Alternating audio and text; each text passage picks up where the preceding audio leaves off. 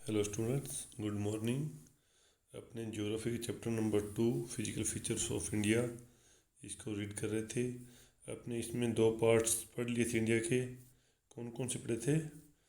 एक तो पढ़ा अपने द हिमालयन माउंटेन्स और दूसरा नॉर्दर्न प्लेन्स। आज तीसरा पार्ट है पेनिनसुलर प्लेट्यू यानी प्रायद्वीपीय पठार। इसका अध्ययन करना है अपने।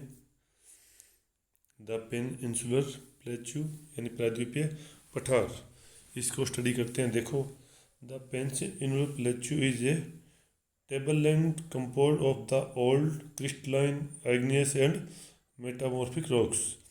अब जो पेनिनसुलर प्लेट्यू है उसकी आकृति किस प्रकार की है? टेबललैंड यानी मेज की आकृति वाला स्थल है ये। इसमें कंपोज कौन कौन से ऑफ द ओल्ड क्रिस्टलाइन है, इसमें एग्नियस सेल्स है और मेटामॉर्फिक रॉक्स है। इससे इसका निर्माण हुआ है पेनिनसुलर प्लेट्यू का। It was formed due to the breaking and drifting of the Gondwana land and thus making it is a part of the oldest land mass. अब देखो, जो ये पार्ट है पेनिनसुलर प्लेट्यू अपना, ये जो अर्थ का सबसे प्राचीन पार्ट था गोंडवाना लैंड, उसी का एक भाग है जो कि गोंडवाना लैंड के ब्रेकिंग एंड ड्रिफ्टिंग यानी टूटने और अपवाह उसके कारण इसका निर्माण हुआ है। Part of the oldest land मास, ये जो पृथ्वी का सबसे प्राचीन पार्ट है वो है ये। The plateau has board and shallow valley and rounded hills. ये जो प्लेट्यू वाला भाग है, द प्लेट्यू, इस पठारी भाग में क्या है? चौड़ी और छिछली, ब्रॉड चौड़ी, शैलो छिछली वैलीज एंड राउंडेड हिल्स, छिछली घाटियाँ हैं और चोटियाँ हैं, गोलाकार इसमें पहाड़ियाँ मिल जाएगी अपने को। The plateau consist of two broad division, namely the central highland and the Deccan plateau. अब ये जो अपना प्रायद्वीपीय पठारी भाग है, इसके दो भाग हैं, दो मुख्य पार्ट्स है। एक कौन सा इसमें? सेंट्रल हाईलैंड, मध्य उच्च भूमि आ जाएगा इसका central highland, and the Deccan plateau, दूसरा है दक्कन का पठार। The part of the peninsular plateau lying the north of the Narmada river covering a major area of the Malwa plateau is now as the central highland. Central highland आ जाएगा। अब देखो, जो Narmada river है अपनी, उसके नॉर्थ साइड में प्रायद्वीपीय पठार का जो वह भाग है जो मालवा के पठार के अधिकतर भागों में फैला है, उसे क्या बोलते हैं? Central highland. सेंट्रल हाईलैंड के नाम से वो जाना जाता है। The Vindhyan range is bounded by the central highland on the south and the Aravallis on the north west. अब देखो, विषुव श्रृंखला दक्षिण में इसके विंध्याचल पर्वतमाला जो है वो इसके साउथ साइड में है, मध्य की उच्च भूमि है, उसके उत्तर पश्चिम में अरावली है, उससे ये सेंट्रल हाईलैंड घिरा हुआ है। The further westward extension gradually merges with the sandy and rocky desert of Rajasthan. जैसे जैसे अपने वेस्ट में चलेंगे, राजस्थान के बलुई और पथरीले मरुस्थल है, उसमें ये भाग मिल जाएगा गोंडवाना लैंड वाला।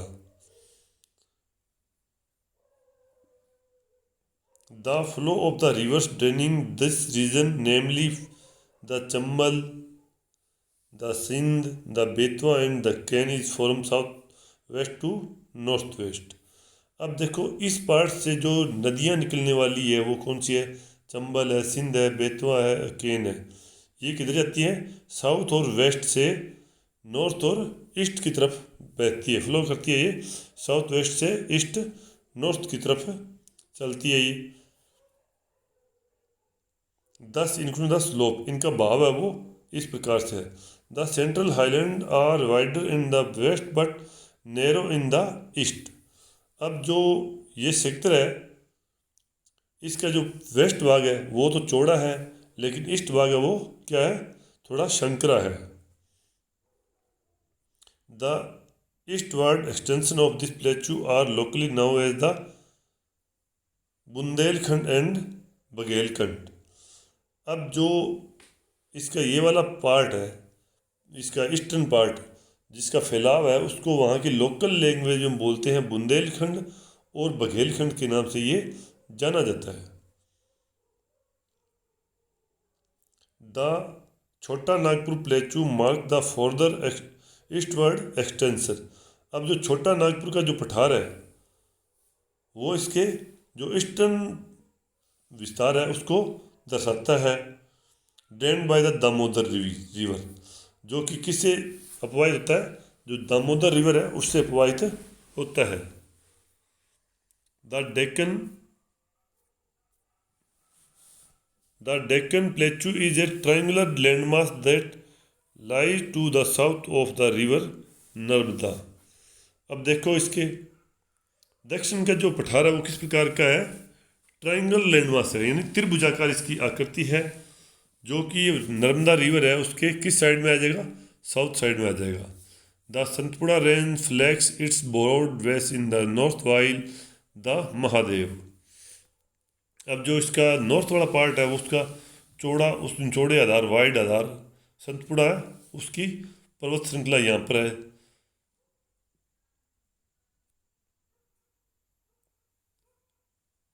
While the Mahadev the Kaimur hills and the Maikal range from its eastern extension. अब जो है ना ये सतपुड़ा पर्वत श्रृंखला, महादेव, कैमूर की पहाड़ी, मैकाल श्रृंखला, ये इसका ईस्टर्न विस्तार है, ईस्टर्न साइड में आ जाएंगे इसके। Locate these hills and range in the physical map of India. अब आप इसकी जो इंडिया का भौतिक मानचित्र है उसमें इन पहाड़ियाँ हैं और जो ये पर्वतमालाएँ हैं आप इनको लोकेट करोगे।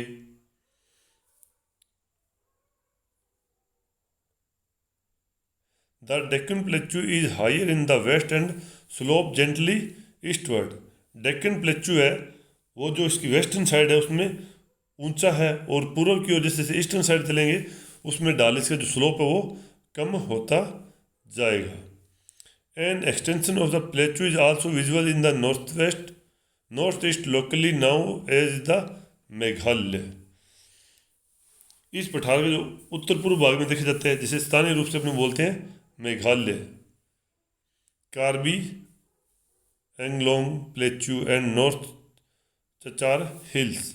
कार्बी एंगलोंग पठार आ जाएगा और जिसके नॉर्थ साइड में कचार की पहाड़ी है वो आ जाएगी। अब देखो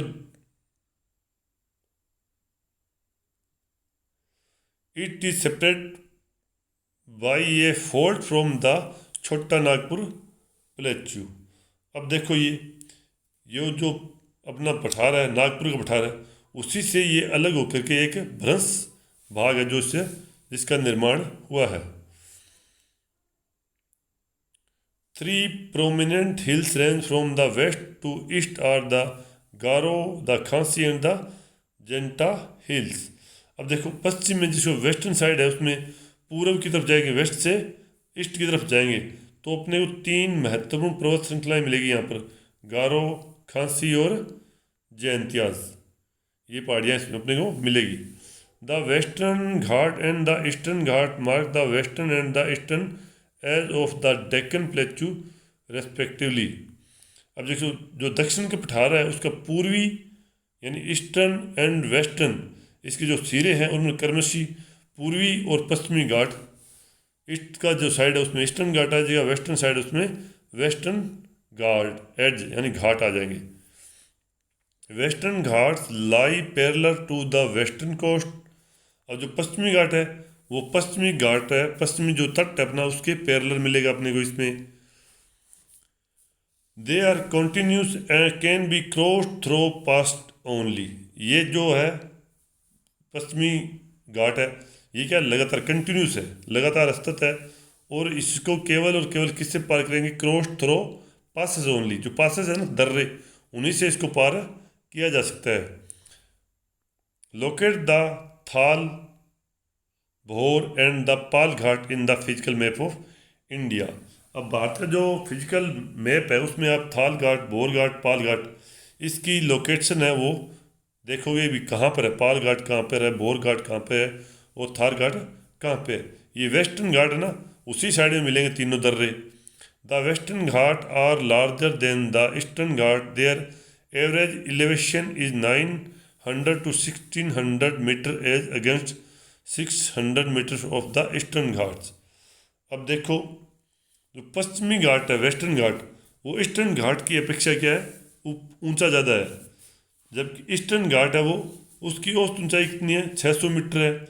जबकि वेस्टर्न घाट की जो एवरेज जो हाइट है वो कितनी है, 900 से लेकर के 1600 मीटर तक है।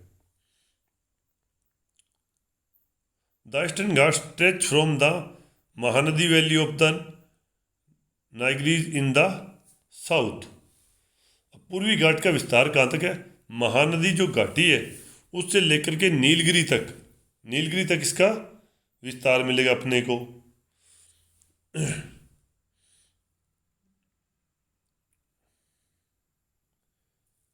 The eastern ghat are discontinuous and the irregular and dissected by rivers draining into the bay of Bengal. अब जो अपने पढ़ा वेस्टर्न घाट वो क्या था, रेगुलर था। जबकि जो ईस्टर्न घाट है वो रेगुलर नहीं है, यानी सतत नहीं है, वो कटा फटा ज़्यादा है, ये अनियमित है। और बंगाल की जो खाड़ी है, वे ऑफ बंगाल, उसमें गिरने वाली जो नदियाँ ना, उस नदियों ने इस भाग को काट दिया है।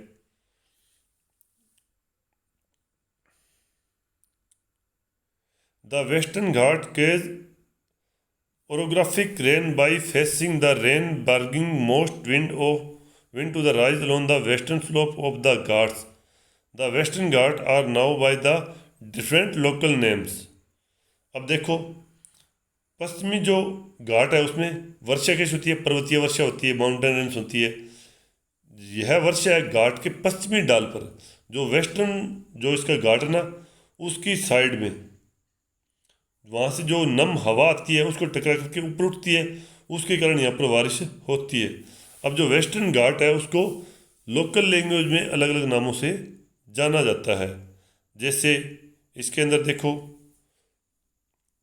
Western ghat properly increase the height of the western ghat progressively increase from north to south.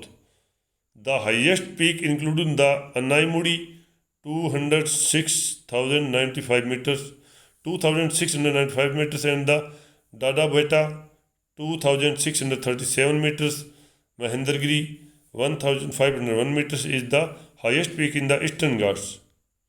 अब देखो इस भाग के जो ईस्टर्न घाट है उसमें सबसे ऊंची जो पिक्स कौन कौन से है, अनाईमुड़ी है 2,695 मीटर है, डाडा बेटा है 2,633 मीटर है।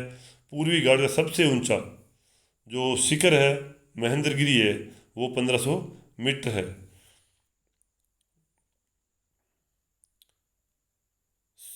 Shevaroy hills and the Javadi hills are located to the south east of the eastern Ghat. Locate the famous hill situation of Udagamandalam properly now as Ooty and Kodaikanal. अब देखो जो पूर्वी घाट है वो दक्षिण पश्चिम में सेवरोय और जावेड़ी की पहाड़ियाँ वो स्थित है यहाँ पर। फिर आगे उडगमंडलम जैसे ऊटी के नाम से जाना जाता है, और कोडाईकनाल जिससे प्रसिद्ध पहाड़ी नगर है, उनकी लोकेशन आप मैप में देखोगे भी। ऊटी है वो कहाँ पर मिलेगी अपने को, कोडाईकनाल है जो पहाड़ियों का नगर है वो अपने को कहाँ पर मिलेंगे। One of the distinct feature of the peninsula plateau is the black soil area known as Deccan trap. अब दक्षिण जो प्रायद्वीपीय पठार है अपना, उसकी सबसे विशेषता, मुख्य विशेषता क्या है कि वहाँ पर जो मिट्टी मिलती है अपने को वो कैसी है, काली मिट्टी है, जिसे दक्कन ट्रैप के नाम से जाना जाता है। क्या नाम से जानते हैं, किस नाम जानते हैं, डेक्कन ट्रैप, इसके नाम से जाना जाता है काली मिट्टी को। This is of volcanic organic hence the rocks are igneous. अब इस जो उत्पत्ति हुई है इस मिट्टी की वो किस हुई है, जो आते यहाँ पर आते वोल्केनो आते थे, यानी ज्वालामुखी आते थे, उनसे जो आग्नेय शेल बनी है उसी से इस मिट्टी की उत्पत्ति हुई है। Actually these rocks have denuded over time and are responsible for the formation of black soil। वास्तव में इन शैलों का समय है उसके साथ अपर्दन हुआ है जिनसे काली मृदा है, काली मिट्टी बनी है, उसका निर्माण हुआ है। The Aravalli Hills lie on the western and northwest margin of the Peninsular Plateau. These are highly eroded hills and are found as broken hills. They extend from Gujarat to Delhi in the southwest northeast direction. अब देखो अरावली की जो पहाड़ियाँ हैं वो प्रायद्वीपीय जो पठार पन्ना उसके पश्चिम और उत्तर पश्चिमी किनारों पर स्थित है। बहुत अधिक अपर्दित और खंडित पहाड़ियाँ हैं, यानी ये अपर्दित और खंडित पहाड़ियाँ हैं, टूटी फूटी कंडीशन में है। ये कहाँ से शुरू होती है अरावली पर्वतमाला?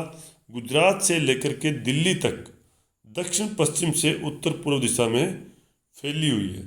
तो अपने आज पढ़ा है इसका तीसरा पार्ट पेनिनसुलर प्लेटू।